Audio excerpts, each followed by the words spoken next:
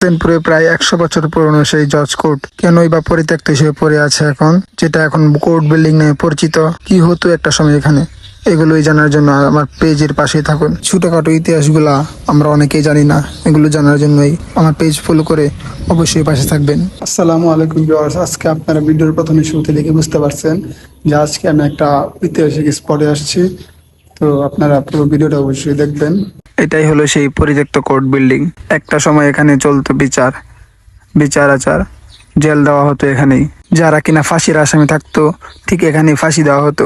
ফাঁসি দেওয়ার বিল্ডিংটা ছিল আলাদা, ছোটখাটো একটা রুম, সেটাও আপনাদেরকে আমি দেখাবো। এখন প্রত্যেকটা রুমে এইভাবে তালা ঝোলানো আছে। এইগুলো সব ছিল অফিস কক্ষ।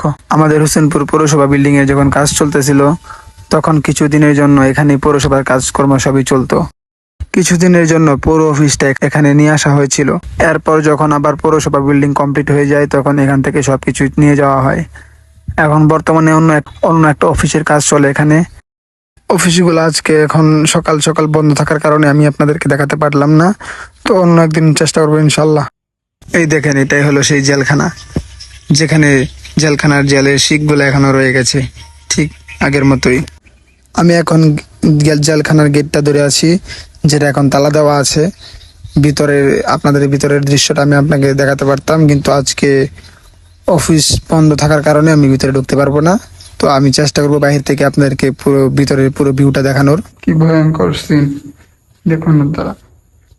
বর্তমানে এখানে তালা ঝুলানো আছে, বর্তমানে একটা তালা ঝুলানো। এটা তখন পরিত্যক্ত হিসেবে পড়ে আছে। ভিতরে আরো জেলখানা আছে, এদিকে আছে, এদিকে আর থাকতেছে ভিতরে, কিন্তু ভিতরে ঢোকা যাবে না। লক করা রাখছে। আমার হাতের সোজা দেখেন, ওই দিকে দেওয়া একটা বিল্ডিং, ছোটখাটো একটা রুম আসছিল, এখানে ফাঁসি দেওয়া হতো। ওইটা আপনাদেরকে আমি দেখানোর চেষ্টা করব।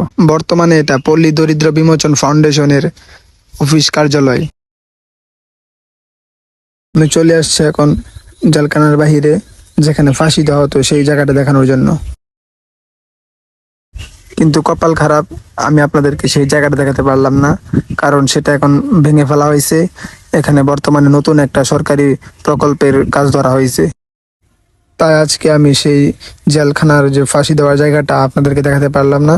কিন্তু যারা চিনেন তারা অবশ্যই দেখছেন যে এখানে একটা ছোটখাটো জেলখানার মতো ছিল, এখানেই মূলত ফাঁসি দেওয়া হতো আর কি। তো ভিউয়ার্স, আজকের ভিডিওটা আমার এই পর্যন্তই। ভালো থাকবেন সকলেই। আল্লাহ হাফেজ, বাই বাই।